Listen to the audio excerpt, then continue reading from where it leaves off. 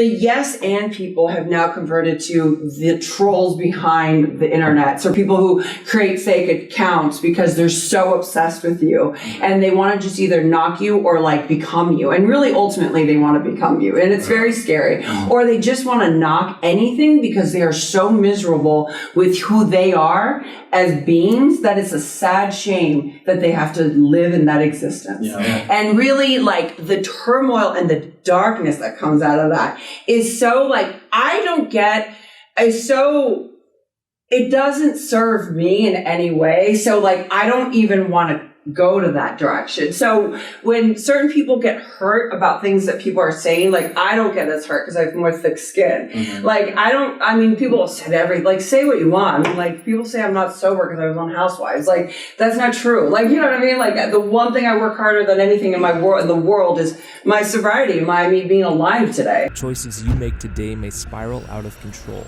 or spin you in the right direction. Discover a riveting, true story of how Carlos Vieira nearly destroyed his life and lived to tell about it. Stand up, stand firm, believe, make it happen, and live through the madness. Knocking doors down along the way. And don't miss others telling their powerful stories on our podcast. Visit kddmediacompany.com.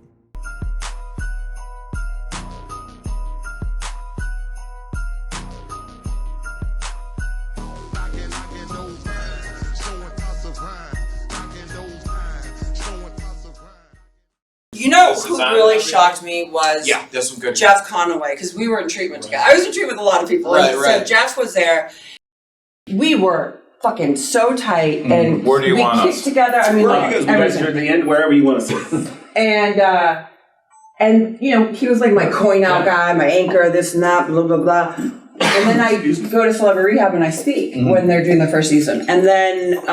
He didn't even know his wet brain went so bad in like a few years. So it was 2.5 years sober. So yeah, in 2.5, he was like, have I seen you before? And I was like, we kicked together. You know what I mean? Like we were like, it was crazy. And that one kind of hit me when you realize how bad in a year, the progression, or 2 years or whatever. Yeah. Well, that's got to be fucking tough. Like, we're all good. Especially for you guys, that was one of the things in watching it. Oh my God, Jen, we watched her on Celebrity Rehab. I'm like, yeah. And we used to get so much shit when you were doing the sober house, but it's like the people that you guys have lost, it's in the fucking public eye. It's not like we've lost friends to this thing. I actually just lost a friend to addiction, and it's like, but it's not out in the public eye. But then your friendships, it's out there, and it's like, look at who's reaching out to you right now.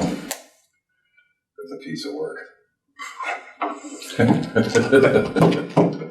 No, that's crazy. Cameras are rolling, just an FYI, guys. I didn't know if you wanted that confidential. Yeah, thank you. I didn't say anything. No. You know what's crazy is, have we started? Yeah, just go into it. Oh. Let me take off my gum so that I'm not like... Sorry, I'll cut the angle right there. I'll close up on us when you took the gum out. Okay, good. Thank you. Wait, I feel bad. No, wait. Just give me the damn gum. Thanks, man. It's gone. That's love. What were you just saying about... It is. What were you just saying? So it's you guys, for you, and I know for Tim as well, of course, the people that you lost with addiction is like in the public eye. It's out there. It's like, motherfuck, Can I say something really quick?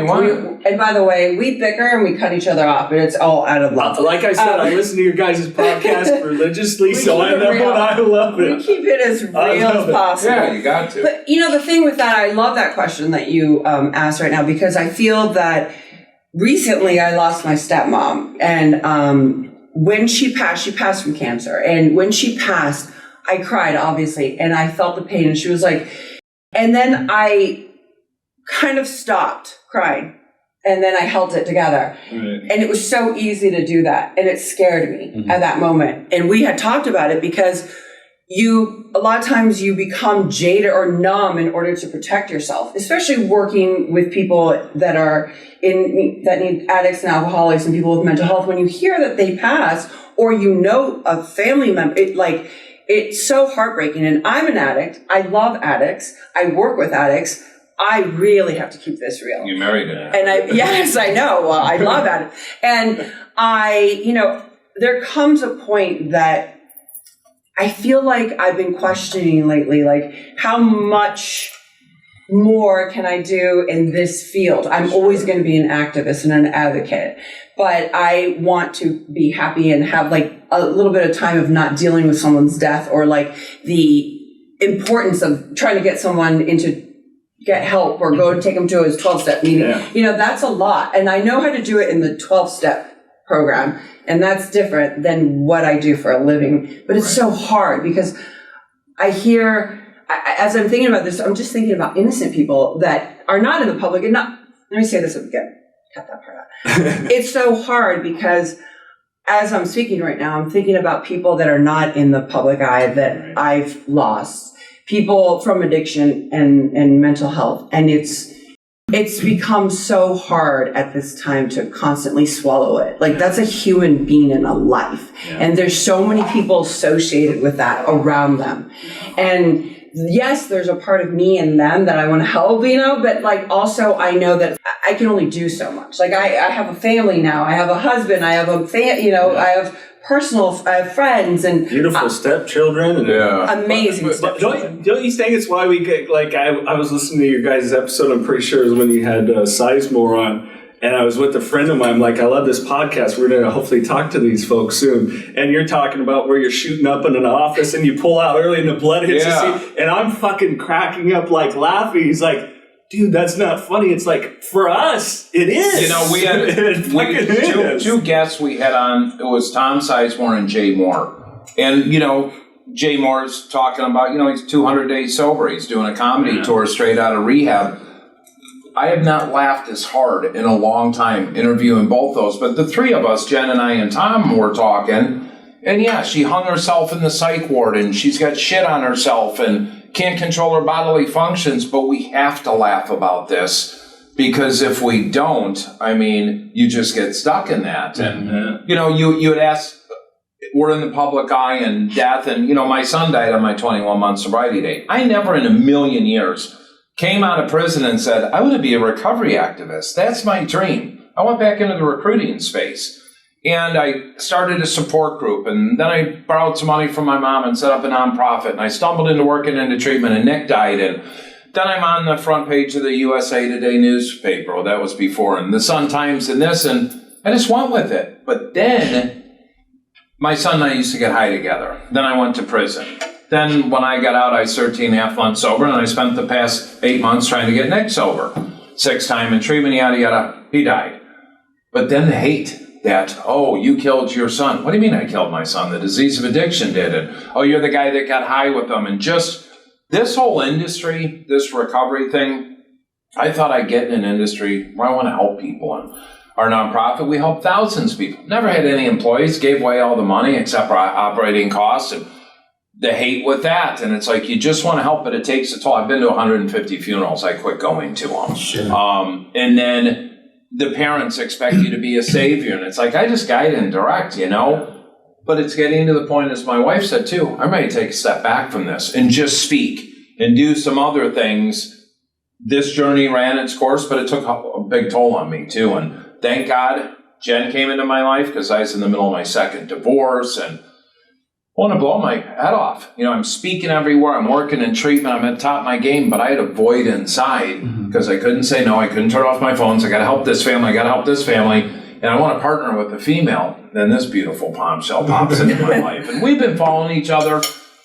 I reach out to her. Social media. I don't know why I'm but this is a great fucking story. I was going to ask how you guys met. So I'm doing all these speaking events. I'm doing 250 a year. But what's happening is, a community event or whatever, I'm having all these women come up, spew their trauma, and I'm like, hold on, I'm just a speaker. I'm not a therapist. So I'm like, I need to partner with a female.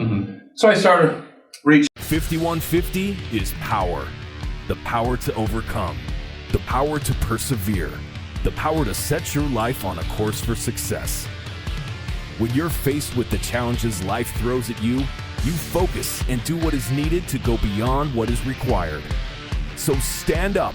Stand firm, believe, Make it happen and live through the madness, knocking doors down along the way. We are 5150. So, Blow, tell us about George Jung. You met him, right? Yes, Okay. I did. So, okay. So I get Blow 20 years ago, and then some other Blow. Yeah. They haven't we all? I was sober at the beginning of Blow, not in the end whatsoever. Well, we can talk about how the cocaine came on the set, too. I guess where that came from. So there was actual cocaine on So- set. Okay, not on set. Okay, not on set, because Right. there was none. It's milk thistle, and the reason Because why people these always ask what it is. And normally it's Milk B12, thistle. but milk thistle looks the most purest to cocaine, and that's why we. And Johnny Depp looks like somebody who would use real coke on a set to like really get into his because of his character. Not because of I how he gotta looks physically, but just like he's, you know, like he looks. I'll what tell is you that, this. method acting? Is that what that's called? Yes. I'll tell you You're this. asking the wrong person. So Tom. Johnny's sitting right. there and he's very quiet. He's the sweetest guy ever, and he's really sweet. And so we're rehearsing. And all of a sudden, like this is just a rehearsal. The first time I'm on set, all of a sudden I see him and he moves like this, and he starts transforming, like his face and his voice. And I'm watching like Fear and Loathing and like Edward. I'm watching all the characters come, and I'm like, this is so crazy. Like, and all of a sudden he's George, and they just start snorting and milk thistle, and apple cider, which was champagne, and and my character in real life got pregnant by George, Johnny Depp's character. So we needed to establish this, and all of a sudden Jordy grabs me, he's like throws me over, and I run into Johnny, and Johnny grabs me and he starts kissing me, and I'm making out with both the guys, and we're like doing coke and drinking champagne, and I'm like, this is the fucking life. But in my head, I'm like, holy shit, I just been out with Johnny Depp and Johnny Boy, oh my god! I'm to be in honest, I'd character. make out with Johnny Depp. Yeah, and I studied method, so I'm trying to stay in character, but I'm freaking out, like the little Jenny was like, trying to do that. Exactly. But, Tim, you're not like moving on, next topic. Yeah, Here's the problem with Jen and I. I get interviewed. She could answer my interview word for word. I can answer her. Right. But what the interesting thing is, based on who's interviewing, things get pulled out that I haven't heard. yeah, you've never heard this. I was thinking about that. Never talked about this moment. This whole, we could do 8 hours just on Blow and Boston George Jung. So 20 years later, I get a call. Oh, before 16 and a half years later, I get a call. George had gotten out of prison. 3 years ago, 3.5 years ago. 3.5 years ago, yeah. I get a call that he needs help. My manager, it was very Hollywood. My manager, my agent, my lawyer, they emailed me. They're like, you want to read this email? And it was a friend of his reaching out saying he needed help. And if I could meet him, I was in Florida. I fly out. Only my mom, my best friend at the time, didn't know Tim, knew that I was going to meet George Jung. He was in San Diego. Now, mind you, he's the last living legend of that time, like the Pablo Escobar days. And I'm like, oh my God, I'm really going to meet I'm going to meet him. Like, what the hell? I'm freaking out driving. I get there and he's standing at the door. He had been waiting for me. And it was so cute, like a, little father. So this is so sweet. And I'm like, I see him and I'm like, am I seeing George? I seen Johnny because all I remember is Johnny, really, right?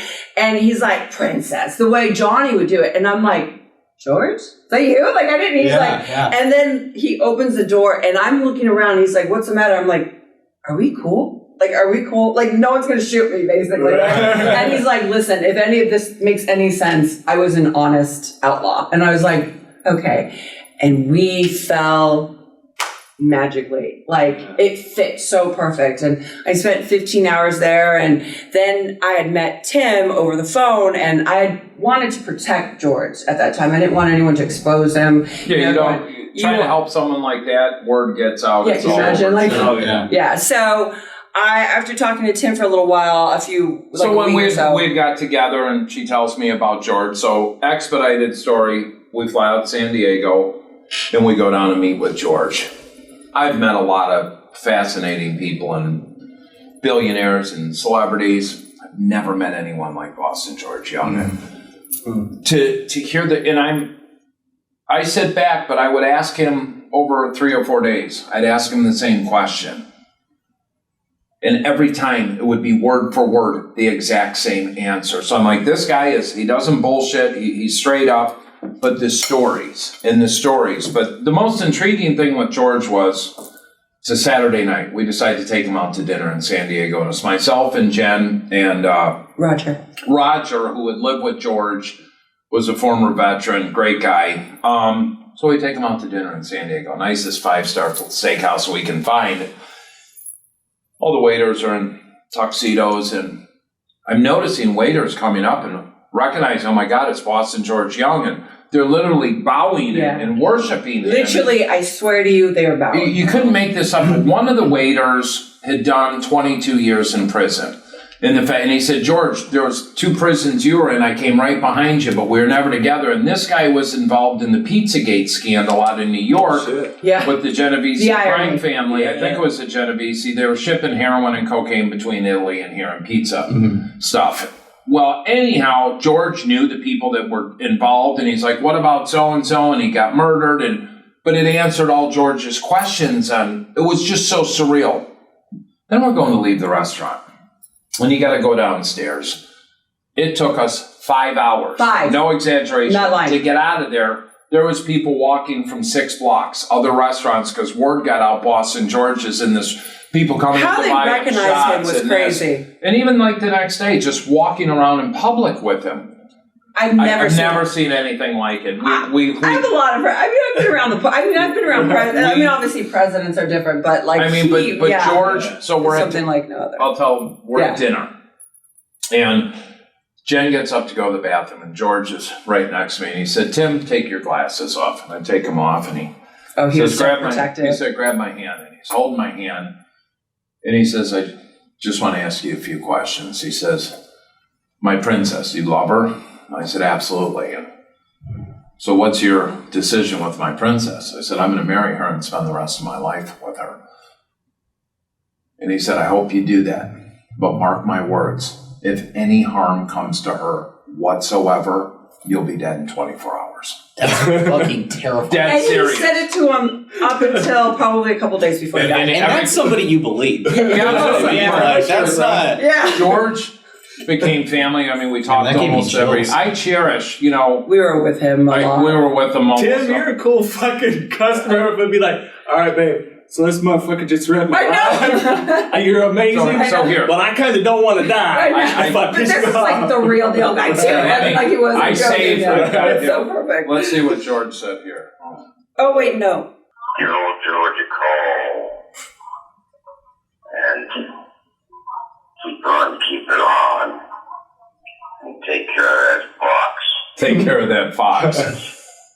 Never make a pretty woman your wife. You want to be happy for the rest of your life. Adios. But I've got all these voice messages from George, and I mean, that guy, I get him all. He was like a father, a friend, and we were on the phone. Love for her he had, and we had he wanted to do speaking events with us, and we did one a couple years ago in Illinois through my nonprofit, and a couple of my board members were in the cannabis industry, and it was a cannabis cup, and it was money raised for my nonprofit and veterans against opiates, a lot of veterans that did marijuana and stuff, and George spoke there and just captivated the place and the people and got drunk and went off and we're at this guy's museum with $1 billion worth of private cars. And we're in this private museum. George just starts going off.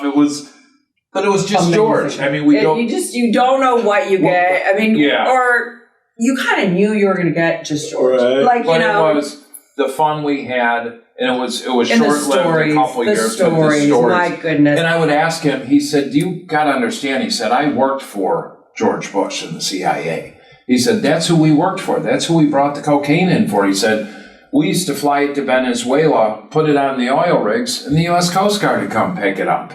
They used to smuggle drugs in John Wayne's trailer across the Mexican border. Him flying on planes he said, when I first met him, he said, do you know who made cocaine famous? You did. And I go, I did? What do you mean? He goes, Hollywood. And I was like, what? He goes, that's how we knew we could do it. And the people that were on his private planes when he was flying across to go get marijuana and other things, it's my The list goes on, but But, one of the things that I found very interesting hearing through George in the last 3.5 years was that we asked him, now knowing everything that you know, would you have done anything different? And he said yes. He said, I would have never done it. He said, really? Yeah. He said, when I met Pablo Escobar, he was moving 1 to 3 kilos a month. He said, when I got done with him, we were moving 10,000 tons a week. He said, I like to smuggle drugs. I taught myself to fly. I did it for the money. He said, when Pablo started blowing up airplanes and embassies and killing judges, I walked away. I wanted nothing to do with that. But he said, in hindsight, I didn't realize the damage and destruction. You know, George was a college football athlete. Once college on a full scholarship, got injured. Him and his buddy Tuna packed up and moved to California. Never saw weed. Never saw a girl. Weed, never saw a girl in a bikini. Never saw any of it. Can you imagine? Until he came here. And built a... all the scenes are literally playing in my head. Oh, I mean, I can tell you so much. I mean, like, there is so much. I mean, I wish, of course, because it's a movie, like, the original script is... There's so much detail. And there's so many things that obviously were cut out and stuff, but very informative. The things that got cut out, unfortunately. You know, the sad fact was, too, George wanted to do a documentary, and we were going to do a documentary getting him sober, and he wanted to do all this stuff, but he had signed away his life rights to some lady, and we couldn't do anything with him. And he wanted to do so much, and then we got to figure out we could do these speaking events. And signed it away pre or post-prison? Post-prison. Oh, okay. Yeah, signed away. So sad. And it was, but anyhow. That's still so banana sandwich. It's like, how am I, as a living human being, not my own intellectual property? Like, how the fuck does somebody take... Like, it's crazy. It's mind-boggling when that happens. I don't sign shit. I'm just kidding. George was one of the most fascinating people I've ever met. The cool thing is, you know, when Jen came into my life, and I didn't want to move to LA, and I love it here, and we live between Florida, but a lot of people that I've been able to meet due to her, some great people, man. Some cool people. And if you're in recovery, the recovery scene out here is nothing like I've ever seen. And it's just cool, man. Yeah, it's a trip for me because, like I was telling you guys, having worked in radio for 20 years and now people that I used to hang out with, and now they're active in the community here. Like, you know, there's the Rock to Recovery program. Sonny Mayo's in there. He was sober when I met him, but I used to be with the 7 Desk guys like this. Oh, really? You know, and so it's just like, it's a trip to see that, but yet so wonderfully encouraging that it's kind of like, yeah, we can fucking transform and you know, it doesn't mean our problems go away, but we learn to fucking manage it, and we might still want to blow our brains out or hang ourselves, but we don't. We've got coping skills. I want to touch on what you said, too. When George told you that Hollywood made cocaine famous, when I was doing it, it was because it was presented to me and I wanted to try it because I just had a curiosity. And I've tried meth before and all that, but I just felt dirty. I didn't like meth. Yeah. Twice I did it. I love cocaine. With coke, I loved it because you could be shit-faced hammered, you do a line of coke, and you're back to normal. Well, what's normal? If you were shit-faced hammered first. Right. I shouldn't be saying that. No. Yeah, true. But I felt like, no, cocaine's fine because it's the champagne of drugs. Hollywood does it. It's fine. So I didn't feel as dirty. Ooh. You know what I mean? So like George, he did it again, man. He was right. It's crazy. And I just wanted to touch on that. And the second part of that point is that George also said, you know, all this stuff with the war on drugs, which there was never any war on drugs. They were the one, like, you know, helping them out, like creating all this, is that he said where all this went wrong was at home. And he said, you know, when I was a kid, we'd all play in the yard. I did something wrong when I was at my friend's house. His mother would slap me. Like, spank you, rather, you know, whatever. And he's like, now you can't even say, you know, stop, you know, and without getting sued. And me too. Like, thank God I now know I was so loved as a kid. I was so loved. I had a good family, you know, and that's, I think, what helped me get sober, you know, like stay sober, rather stay stopped. But there's so many dysfunctions. Every home, back to I get it. We're all dysfunctional, but it all leads back to home. It all leads back to childhood. Even my issues today, a lot of it leads back to childhood, you know? So, and it's people to talk about it now more. And, you know, that's a cool thing. A lot of the circles we run in, like Lisa Ling, we're interviewing her the other day, and she was straight up. She's like, look, I struggled. I had issues growing up. You know, we didn't get into details, but, you know. But we all have issues. We all have issues. And it's not like, oh, maybe we all have issues. period. And we can all overcome our issues as well as get better from our issues, you know? And I think we learn to kind of dance with it. Like, you know, I think for me, becoming aware of my defects, where they come from, like me, traumatic childhood shit, home of an addict, lineage of addiction, lineage of sexual, you know, all these things. And it's like, I'm more aware of my defects, so it allows me to be more honest. Like, my two biggest things was toxic relationships and booze. And I came from toxic relationships and drug, you know? So it's it's interesting you bring that up, because even now, one of the things, God, I hate putting her on a pedestal because I hear about it. I don't hear, no, he never hears about it. I'm like shocked every time. One of the things about 2 years ago, 2.5, Jen said, you know, if you talk to a therapist, because I literally got out of my second divorce, I wasn't looking for a relationship, but we fell in love. And so I started talking to a therapist, and John's the greatest thing I ever did. And this was at the time, I'll be 9 years sober in a couple of weeks. So I was 6.5, 7 years sober, whatever. But I'm thinking I'm going to talk here, and he takes me this direction. But having a therapist has been the best thing. And me being adopted and molested, and older brother beat me up and all this shit. One day, I never had an issue being adopted. My older brother found his biological mom. My little brother and sister did. I didn't. I knew I was adopted. My mom did. Well, then my therapist goes and says, well, as a child being raised in a womb for 9 months and then being ripped away and handed to somebody else, how does that make you feel? A little bit of abandonment? I'm like, wow, I never looked at it that way. Put it that way. But the point I'm making is he's given me tools, and Jen will say, honey, this isn't about you, but have you ever looked at it this way? Or let's talk here. And she takes her years of wisdom and trials and tribulations and does it to benefit me, and we do that. And that's what's cool about where I'm at in my life today, and my wife's at in her life. And things have changed, and this and that, and reinventing and doing this and changing some things, and life is good. Yeah. You know, I literally go to, what do I say every time there's an issue in life? This beats prison. I'm not living in a prison cell. I'm not eating. I don't know what that's like. I don't want to know what that's like. I lived in a 9 by 8 foot cell with Big Perk, and I ate out of a box under my bed. Yeah. And, you know, I don't have to do that anymore. So, and I could do prison, but I like what I do today. And, you know, hey, Tim, I'm telling you, your bunk makes a whole hell of a lot better now. But you know what? We fucking complicate shit. I made it so difficult. What people need today is real talk. Quit babying people, whether it's this topic. I'm mad at Dave Chappelle because he made some gay jokes. Come on, I've got tons of friends that are gay, bisexual, transgender. It's a joke. It's comedy. You know, let's lighten up a little. Let's have fun. Well, I think that in life right now, we're at a place in this world where we need to lighten up. Yeah. And I think that we need to try to force a smile at times if we have take to. Ourselves way too fucking serious. Like what happened to like laughing at yourself? I'll hear you in the morning, and I'll get up and I'll be like, what? But she's talking to herself. Yeah. But she'll be doing her hair, and I love you, and I'm going to have a great day. Yeah, or thank you. You know, and I start talking. Yeah, in the morning, the first thing I say is thank you, God, thank you. And I start thanking anything that I see. Yeah. And it changes the vibration. Because with what we've done, and you get a lot of good, but you get a lot of hate too. Yeah. I've having people message me now. I'm getting Facebook messages from you. Another account's been set up. So, you know, people just always wanting to poke the bear or whatever. Yeah. It's like, my life doesn't suck. I don't care. I get to wake up to this every morning. Yeah, okay. Fuck all you guys. Who leveled up? I did. You didn't. You win. I had to wake up next to this morning. Exactly. Hey, you go fuck yourself. I had to wake up to this guy snoring.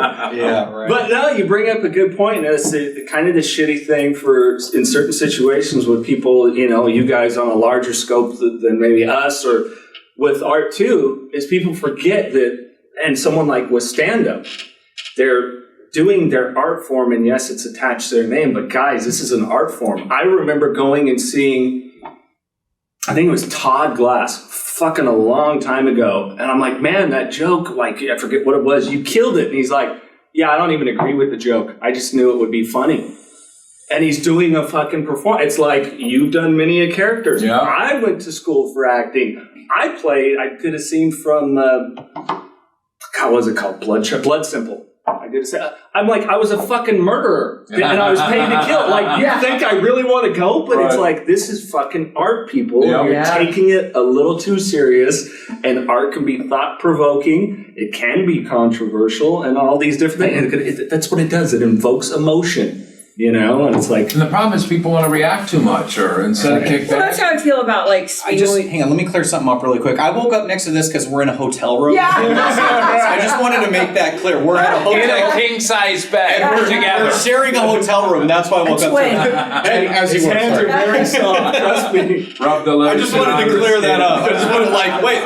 They wake up. We're in a hotel right now. Mikey rubs lotion on my skin. Or you get the hose again. Speaking of art form, I do got to say, it's interesting because people are like, it must be hard for Tim, like when I talk about my past, like stories, right? Not like my recovery thing, but stories of my life. Yeah. And it's not because. Why would it bother me? No, I know. But like, I also, people go, God, you can hear him talk about ex-girlfriends or whatever. And I'm like, we tell story. I don't know his past. Like, I don't know him from past. I don't care. Like, it's so. And he knows I'm doing it as an art form. I mean, like, and there's, like... You fell in love with him as he is today, and you fell in love with her. You know absolutely. What I mean? Yeah. You know, I didn't want to. A lot of... I got a buddy, Mick, in Australia. Right. And anytime I'll post a picture of Jen, he'll be like, boy, I don't know how the hell you leveled up, but keep going, brother. And my close friends will, TR, how did you pull this one off? And it's like, I didn't pull anything off. I wasn't looking, honestly. It was strictly business. She didn't know I was in a divorce maybe until right when we met, but it was... No, I knew you were going through a divorce the last couple of weeks. I didn't ask any personal questions. Sure. I literally flew in to meet her. I don't want to know anything. Right. And she picked me up at the airport and gave me a hug, and it's like we're instantly connected. And I knew 4 hours later, I looked at her, I said, as soon as this divorce is over, I'm marrying you. And she's like... Maybe you should go sow your oats, play the field. I was like, finish your divorce. I said, then we'll talk about it. I'm not looking to sow my oats. I said, Yeah, then I was like, dude, go. And he's like, don't call me dude. I was like, go, sow your oats, do the guy thing. I don't even. Yeah, it's a slow your roll, right? Yeah, I was like, I'm curious, like, for me, like, for either you, like, I meant it. Like, I think my number one addiction was toxic relationships. Oh. More so. My picker was broken. My picker was broken my whole entire life. And let me tell you, I don't believe people change unless you change. And in order to change, you must do the work. You can't say, oh, they maybe have changed 3 months later, 2 weeks later, 6 months. No, they need to do the work. I've done the work for years. Mm-hmm. So the last relationship, I learned the lesson. Mm-hmm. I finally learned the lesson. As he was like ending it, I was like, absorb, observe, do not freak out.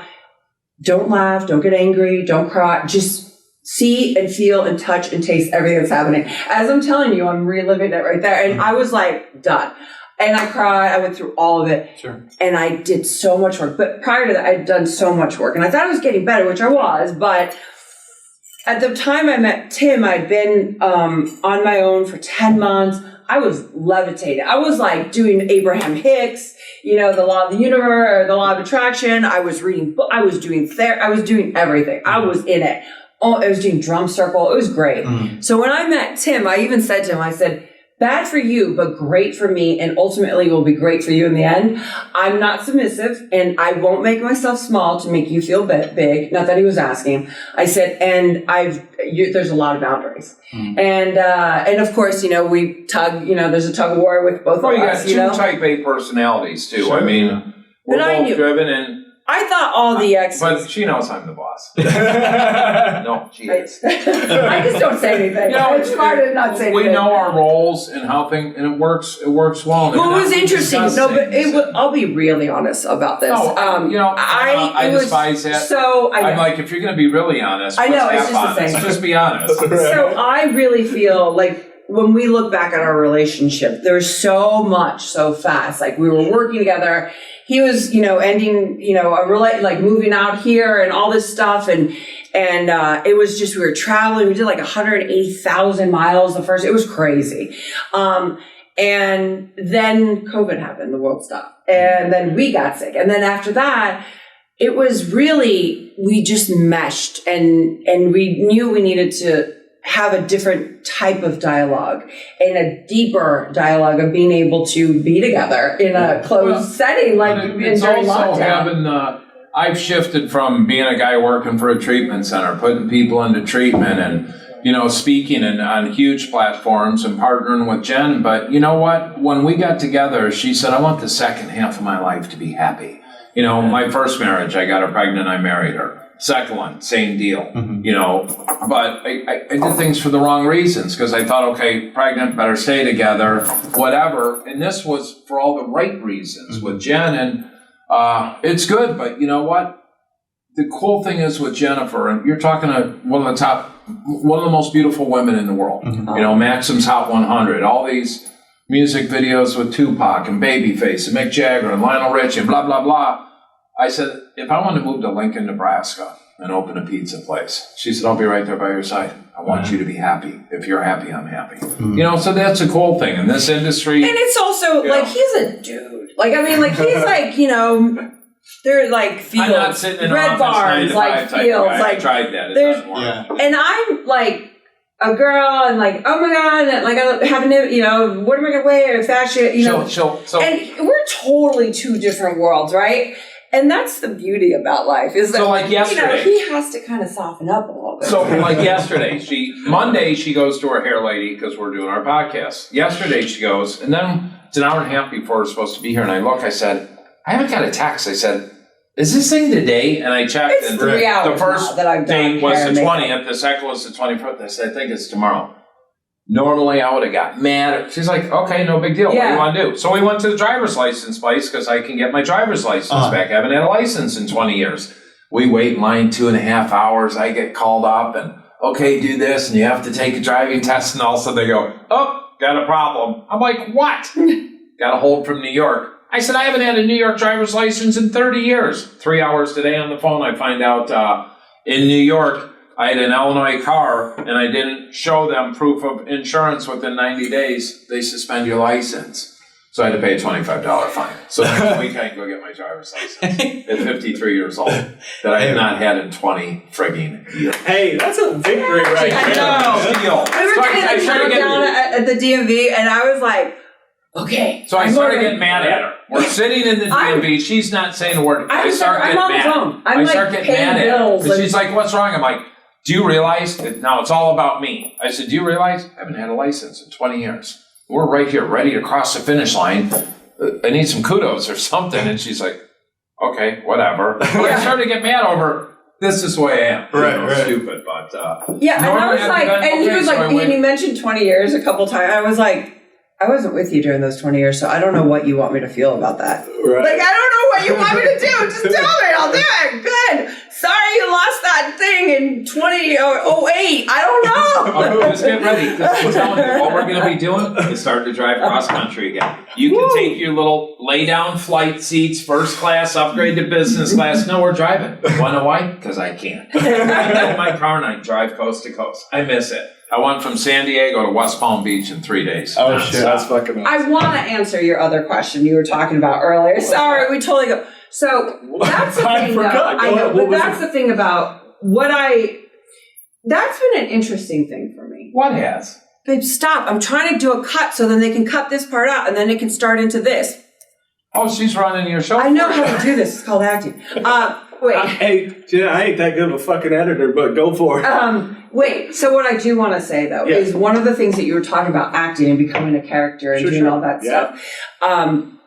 That's been an interesting process for me because people are like, how do you do like recovery and be an actress and a model? Like, what's your thing? I'm like, there's no box on me. Like, you can't, I don't fit a mold. There is no. And I love that. And I own that I don't fit a mold. However, with acting, it was great. As a model, people either complimented, I was an image, right? Like I was selling, so we would go into 20s, 30s, 50s, whatever era, right? And it's art, like you said. Mm-hmm.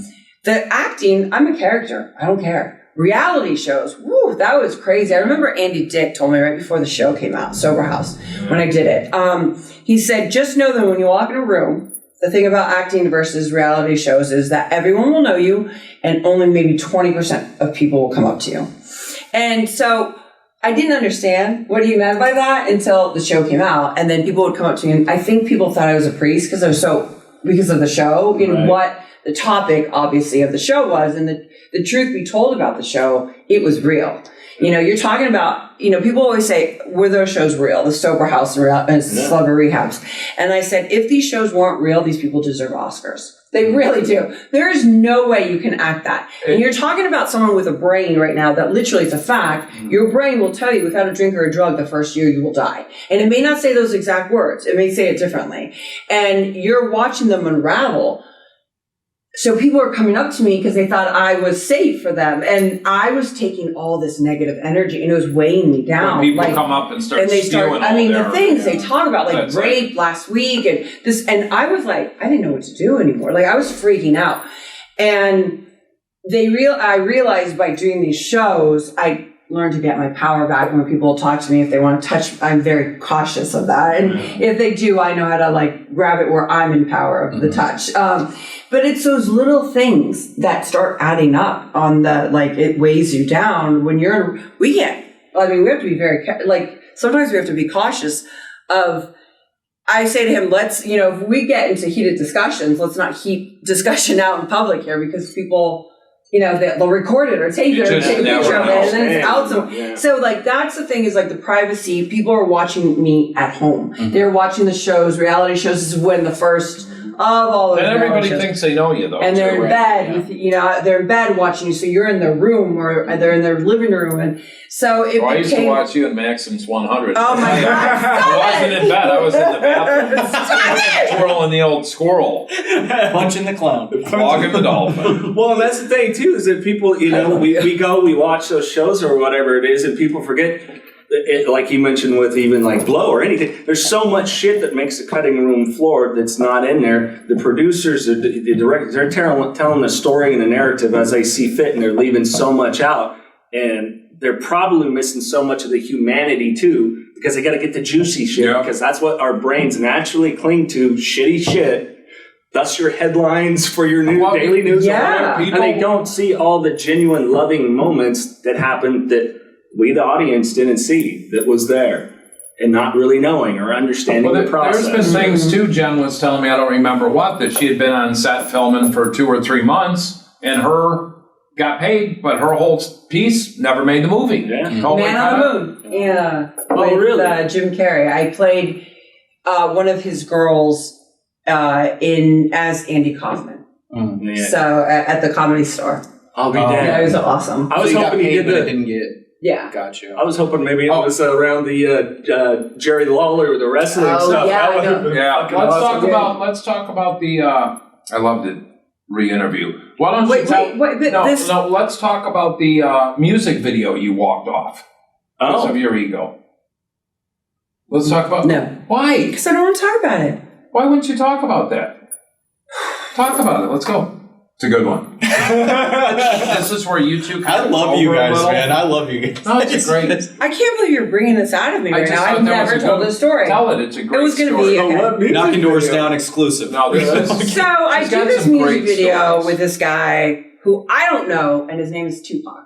Right? I get this music. So I did do that video. So I didn't. Slightly familiar. Name sounds familiar. One of the most prolific human beings I've ever met in my whole life. I'm in all his books. Yeah, which is cool. George. The one, him on the motorcycle with the bandana. I'm the girl behind him all the time. Was it California Love then? No, All it's About All About You. And I'm the motorcycle gotcha. Egyptian, the cop that arrests. I play all these different girls, but I'm on the runway, and then I transform into the nicest guy. So then I get this other music video. A few years later by another rapper, and he was up and coming. He just had a new song out, a new album out, and I'm getting paid. I mean, I can't even tell you a lot, a fuck ton, a fuck ton, like a lot of money to show up. So 9/11 happens, so they cancel that, and they say come back. They're going to do it, and it's like a week or two later. It's kind of blurry.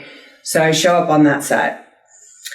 And in the video, I play a Latin girl, and I have to stir this thing and say, the beans or something. I don't remember the exact lines. It's in the song. And I think I'm all highfalutin. I was like, no one told me I had to do that. I had to say that. What are you talking about? And they were like, no, it's the video. I'm like, that's degrading. Like, how dare you say that? I wouldn't have. I'm getting paid a shitload of fucking money. It's a music video. Can you say who it was for? Oh, okay. Just wait. That's why I'm storytelling. watch out. I'll sit back and bake. So I'm like, I'm not doing this. So I throw a fucking tent. Now, mind you, I'm using at the time. I'm sober there, but I'm in my active addiction yet again. You want to know who it was? I do. Jay-Z. Oh, fucking girls. That sucks that it didn't work out for him. What the fuck? What the fuck are you thinking? Oh my God. Do you know, okay, so I couldn't remember the name of the song. Recently we were talking about it. So then I run into my girlfriend, Carmen Electra, who was there that day and had her hair all in beads. I go, you and I walked on a set, you were there, we were doing this thing, I stormed off, I threw a fit, what was the name of Jay? She's like, you walked out, oh my God, it was you that walked out of Jay-Z. And I'm like, yeah, it was me. I'm so stupid. I could have said Jay-Z and Tupac. I won't get into it now, but there's been readings with A-list actors that she partied too much and didn't show up to. That she would have had the role in. And my career went one way, and that other person's career. I'm just glad Jay-Z ended up doing okay for himself. I know. Me too. worked out for that. See, that's where my thinking was like I literally didn't know who I was. That I could now you want me to put a hemorrhoid in my butt? I'll do it on camera right now. I don't care. Who the fuck did I think? The no's that I said in my life.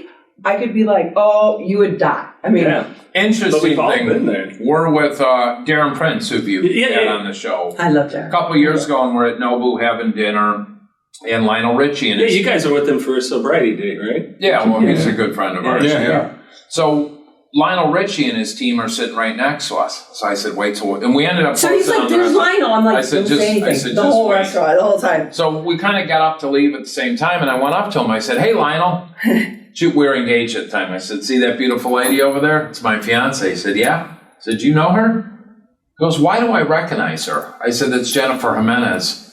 She did a music video with you. He's like, oh my God, Jen. Gives you a huge hug. We sat there and talked with him for 20 minutes. One of the nicest people. Great. These two couldn't remember the video. Yeah, I could. They remembered the location on the building in LA, but they couldn't remember the name of the video. I know I was there, but I just can't remember. Yeah. And I was sober. Lionel was there, and Lionel, you were there. But what a nice, just kind. And here's the thing: I've met a lot of people, obviously, because they're just people. Mm-hmm. You had mentioned someone earlier that's not on social media. See him all the time. Yeah. It just. They're just people, they poop and pee and this, but on the flip side, there's a lot of them, because we do interventions too, that are so lonely, that live right up here in the hills, that have $10 million mansions, more money, and not a friend in the world, because they're totally lost in addiction. It's heart-wrenching. Well, and the sad thing too is that I know that I don't remember who our discussion was with about this, but they have so many yes people and working around with a big band. And lead singer's an alcoholic, but the management's like, just give them a bottle of vodka a day, no more of this stuff. So they're sitting here still sending them out the road because the fucking paycheck's coming in, and they're just a bunch of yes men. We were talking about that this morning. I'm smiling only because. So one of the, I can't mention names, I got to be very cautious. Sure. But an agent got a hold of us to deal with one of their clients who was just off the rails, but then we meet the client's manager. Same situation. We get this individual into treatment. They leave a day later, and I'm like, your client's going to die. Yeah.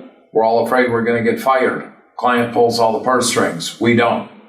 You're in a tough situation. So I did a TED Talk, and it's about the dark side of beauty. And, my whole point really was, there's many points to it, but one of the things was, has anything changed from when I was a girl? I was 13 years old and I was selling sex, and I didn't even know what that was. Mm-hmm. And yet I was, in chaos in my family, home life, and I was trying to be a normal 13, 14-year-old girl in public high school. And yet I'm thrown in this industry, and I'm all over, and I'm selling sex and all this stuff. And I got all the yes ands. And I also got all the threats. So if you don't show up, we're going to drop you, right? So I had to do things I didn't even know I wanted to, I didn't even want to do. But the yes and people have now converted to the trolls behind the internet. So people who create fake accounts because they're so obsessed with you and they want to just either knock you or like become you. And really ultimately they want to become you. And it's very scary. Or they just want to knock anything because they are so miserable with who they are as beings that it's a sad shame that they have to live in that existence. And really like the turmoil and the darkness that comes out of that is so like, I don't get, it doesn't serve me in any way. So like, I don't even want to go to that direction. So when certain people get hurt about things that people are saying, like I don't get as hurt because I have more thick skin. Like people have said say what you want. I mean, like people say I'm not sober because I was on Housewives. Like that's not true. Like, you know what I mean? Like the one thing I work harder than anything in the world is my sobriety, me being alive today. Because if I'm not sober, I'm going to blow my fucking brains out. I'm going to tell you that now. And it's work. I've been there. So I won't be existing. So like when people like, I don't know, I just think it's so important instead of saying that I just want to be more of a light and I want to be around like-minded people and I want to be around people who are the light. And why don't we create the light if we're not finding the light at this moment? And change there's some, when Jen came into my life, there's so many people I've cut out that were just hanger-ons, sucked the life out of you, whatever it was. And I quit putting so much on social media. My whole life, of course, writing a book, everything. I was an open book, but it gets to the point. It's like, I want my personal life to be personal. I don't need my 6-year-old daughter's picture shared all over social media because somebody wants to bash you or whatever. But I want to be more private now too. And people think they know you because they saw Dope Man or they saw Sober House or saw her in a movie or saw her in a magazine cover or follow us on social media. It's like, I don't know you from anything. I had a family call me a couple of years ago, and this guy wanted me to fly to Indiana to testify on his friend's behalf because his friend was going to prison for burglary. And I said, why would I do? Well, he's an addict and an alcoholic, and that's why he was doing his habit. And I said, well, I do testify as an expert witness. It's $10,000 a day plus expenses. Well, don't you do this for free? I said, so you want me to get on a plane with my wife, because we travel together, and buy tickets and rental car and airfare and hotel and come in and meet with your friend. Not work and go testify on his behalf so he doesn't go to jail for free? Well, yeah. I said, your friend needs to go to jail. But people are friggin' delusional. It's insane, I feel like I hear more things in the recovery world aspect, not recovery world, the recovery industry, the calls that like he gets, I'd be like, why do you go so out of your, like, I understand, like, I'm here to be of service. But like, if I was the email, like, cause I got it with Sober House and Sober, like, it was 10,000 emails a week. We didn't know what to do with it. VH1 didn't know what we were doing. Celebrity Rehab didn't know. We didn't know what was going to happen from that. So I'm like, they want help. They're going to die. And I'm like, I don't work in treatment. I don't know what you want. Like, I'm freaking out and trying to respond to at least 100 of these people. But people just keep expecting. But they're like, it's your fault if you don't do something. Or the emails that you get, like, people get mad. Like, if your kid goes into treatment and then they leave treatment and then they pass, it's his fault. It's my fault. I don't even understand. Don't even come close to me with that because I'm not putting any of you guys in. I get that. Like that, I don't understand with the family members, but even the people where I've talked to someone, I'm like, hey, look, I know for me, I'm not far enough along to be your sponsor. I can hook you up with people. Right. I can help you with the group if you want to do. I can do that, but I can't do it. Well, man, I'm going to relapse, so I really need you. I need you, and it's like, you're going to relapse because you want to relapse. Right. It's not on me. This is your disease, how it's manifested. I don't have anything to do with it. You don't. He doesn't. The only person that's going to save you is you. But if you open your fucking ears and listen to what has worked for people and try some shit, and you might fail. The problem is it's the fucking parents. His mom's messaging me yesterday saying my son was friends with your son, my son Nick that died. He's doing this and doing that. And I said, it sounds to me like your son's on meth if he's having these psychotic breakdowns, talking to the TV. And I said, here's some options. Go here, try to get him in Chicago Behavioral Health. Well, this and that, and this and that. And I said, look, what do you want me to do? Well, you need to help him. I said, ma'am, I'm in California. I said, call your local police department, ask to talk to the social worker. They will work with you when he's in a psychotic break. They'll get him into a lockdown psych ward. Then you can get him into treatment. Mm-hmm. But I don't do that. People expect me to do this for free. Right. It's not my job. Yeah. No, you want to pay me to guide and direct? I can do that. But that's a problem with this. Isn't it funny how people have this well, you've been on TV and you've been on TV, I think we've got you guys do this podcast, so you guys must be rolling. It's like, I got a life, right. And whatever I earn, I fucking earn. Yeah, it's none of anybody's business, and everybody wants to make it your business. Oh, you charge X amount to speak, and I have to hop on a plane and fly there with my wife, and a lot of times it's in Podunk, Iowa, or whatever, and drive for 3 or 4 hours, stay in some shithole hotel, go present, leave. It's 3 days. Yeah. Yes, I'm charging $10,000. I think that people have got it twisted, though, I must say. Like, just listening to all this. So when I met Tim, I'm like, God, you're so beautiful. Way open. You're the most gorgeous man I know. Can I tell them what you really said? Oh, my God. No. Where's the bedroom? You know what the hard part is with Tim? Is that I can't react. So if I react, I look guilty. So I learned that the hard way. Once someone I do we go through TSA all the time.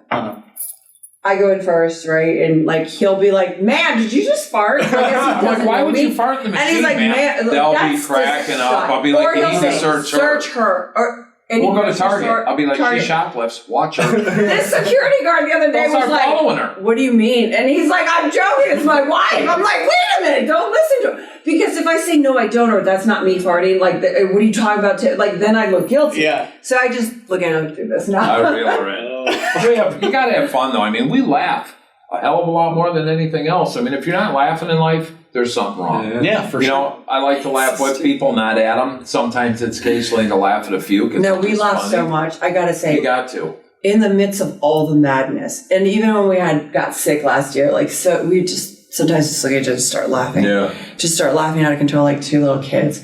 It's so nice. We were just saying something else, though. What were we just saying? That you fart in Target. Oh, my God! You do. Stop it! All three of you! Just I fart in Target, too. I don't fart in Target! What do you call it? No, it's okay. Why do all the animals follow you? Oh, fucking Christ. Oh, it's funny you were talking about like the bullying online and shit. Yeah. Well, I just want to say people have it twisted. You were going. You were saying people hold on, I got with stuff. This whole recovery thing. This whole. Oh, that's right. Yeah. Sorry. You wanted to ask? No, you get sidetracked. So I feel like people have this twisted. Again, like with being in recovery, right, or working in a certain field, you don't have to be I mean, I have to be transparent to the people I'm accountable to. Mm. But I don't have to sit here and tell you, like, what underwear I'm wearing and how much I made last year and this and that. Like, transparency is I'm here to help if you want the help. And I'm here to, like, talk about my issues and maybe it'll help somebody else. Yeah. Like, but I think that because you were so transparent, it hurts you. And, like, I kept saying, I don't talk as much as you do. Like, not in public. I'm saying about my... Sure. I've learned. I mean, I learned the hard way through trial and error, being 13 and now being 44. Like, I've learned after quite some decades how to, now that I'm a public figure in a reality show kind of based thing and about recovery, I can show my truth, but I don't need to expose my truth. Because if I'm going through something, I don't want to expose it to you unless I have an answer. So then you can't hurt what's going on with me. Does that make sense? Yeah, well, it's a solid, like that is, and this guy knows that has been hard because I'm a people pleaser by nature and learning like fucking boundaries. Oh my God. And then even thinking I'm setting up a boundary and then realizing because I'm like, no, I'm not going to talk about that because it's a boundary. But then it's, oh shit, I should have been transparent with this person. So I hurt them thinking I got a boundary. Whereas there's a different kind of intimacy, so for me, it's still the thing. Like my last relapse was exactly that. Like someone that I cared about wasn't people pleasing them. And they come down on me because it's this toxic relationship. And then, and it's just like, I'm still trying to figure out what that skill is. Like I'll talk about certain areas of it, or Mikey knows more probably to nauseam where he's like, motherfucker, I know. Can you shut up about it already? But it's hard. These are hard skill sets to develop. The more you talk about it, the better it'll be in that sense. And I mean, what I mean by that for me is, so I am transparent. I'm honest. But if I don't want to answer something that I'm not going to lie about it. I just won't tell you, or I'll know how to escape. You know what I mean? So I don't think that, I have to be an open book to anyone and everyone, although I am an open book, and I've been very cautious and conscious of that. What you were saying about people pleasing and all that is like a process, I feel like, because I suffer from people pleasing. I suffer from not feeling I have to wear a mask. And like Tim's been a great foundation, a great tower, and a great like safety net for me to be me, especially with my husband, and show all sides. And it's, we haven't known each other for 20 years, but we, so it's like, just being very transparent with my partner, and him just looking at me going, all right. And me doing the same thing back. Like, okay, cool. Like, there's no judgment. Yeah. There's no judgment. I'm trying to walk around the world right now with no judgment because there's so much going on. Sure. It's fucking... I just try to stay out of so much shit now. I'll even read something and it's like, it's not even worth responding to. I don't respond to anything. Like, I'll see something, I'm just like, I'm leaving it alone. The only thing I talk about controversial is the 49ers. That's it. Yeah. That's it. So I've been open about it on my show, on our podcast, that I've been going through some illness and some medical stuff.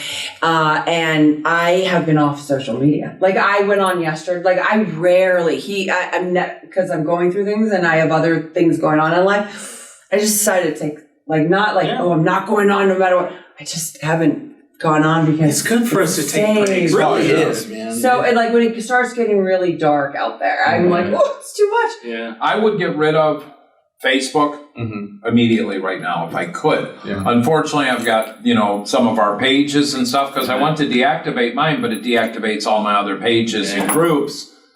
Yeah, I try that. I can't go into the mute mode because then I can't post anything for the podcast. I'll keep Twitter and I'll keep Instagram, but I'm really leaning. There's a lot of things I've changed. Well, I appreciate the and people, and if you're wanting inspiration, folks, you do wonderful, great daily posts, and I love them. And for me, they're really cool because it's kind of like my thing, and I try most days, get up in the morning, hit my knees, pray, do the daily AA meeting, reading or whatever. I'm probably good about, I haven't this week, I've totally faulted, but I love when I see that come up. So that's one reason why I haven't done it, because I get a lot of people that say, you know what, you're inspirational, Paul, and I just make shit up. Or I'll take something, copy it, change a word or two. Or I'll steal what I had last year, post it on this day. But people like it, and it works, so...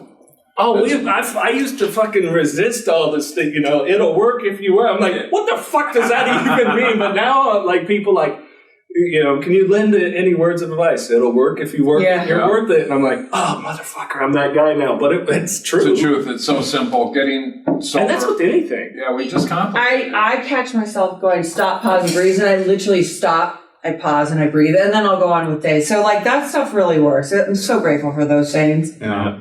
Do you love that everyone just stares at your face? I did. I was trying to read the thing. You got a pretty mouth. Tim, you did serve prison time. I did serve prison time. I get followed a lot by security when I go to stores. Do you? Other than that, it's fun. Yeah. Well, I get followed by securities too. Because I tell them she shops. Yeah. That's because your husband tells me. I'll go up to a security guard and say, that lady, I see her putting stuff in her bag. And they'll start following her, and I'll just be sitting there laughing my head off. It doesn't bother me because I did this to myself. I wasn't born this way. You know what I mean? I did it so that's why it's whatever, I get it. You know what I mean? I look like I could be a liability walking into a jewelry store or something, so whatever. Nobody's fault but mine. I know you got to end this, but I go to grocery stores and he'll be in the car, he'll be at home, and he'll call me and he'll be like, hey, babe, and FaceTime. I'm like, hey, baby, do you need anything? On FaceTime, right? Yeah. I was a Droid, so now I'm iPhone. So all of a sudden he'll go, okay, I love you. And like, I don't know how to turn this off. Do you know what that's like? Time and time again. I'll end with this one. We're at Walgreens. You know what? You could throw it back at him and go, wait, you needed Viagra and lubricant. You're right. I should. Yeah. Volley back. Alrighty. Well, we're gonna do some quick, fun, random questions just for fun, and then kind of leave you guys with the final word. Mikey. If you guys were stranded on a deserted island and you had to pick one album, one movie, which one would it be? Well, of course it would be Blow, would be a movie. That would because be my wife was in it. That would be mine as well. For me, God, album. I'm gonna go with it's gonna be Ramsay.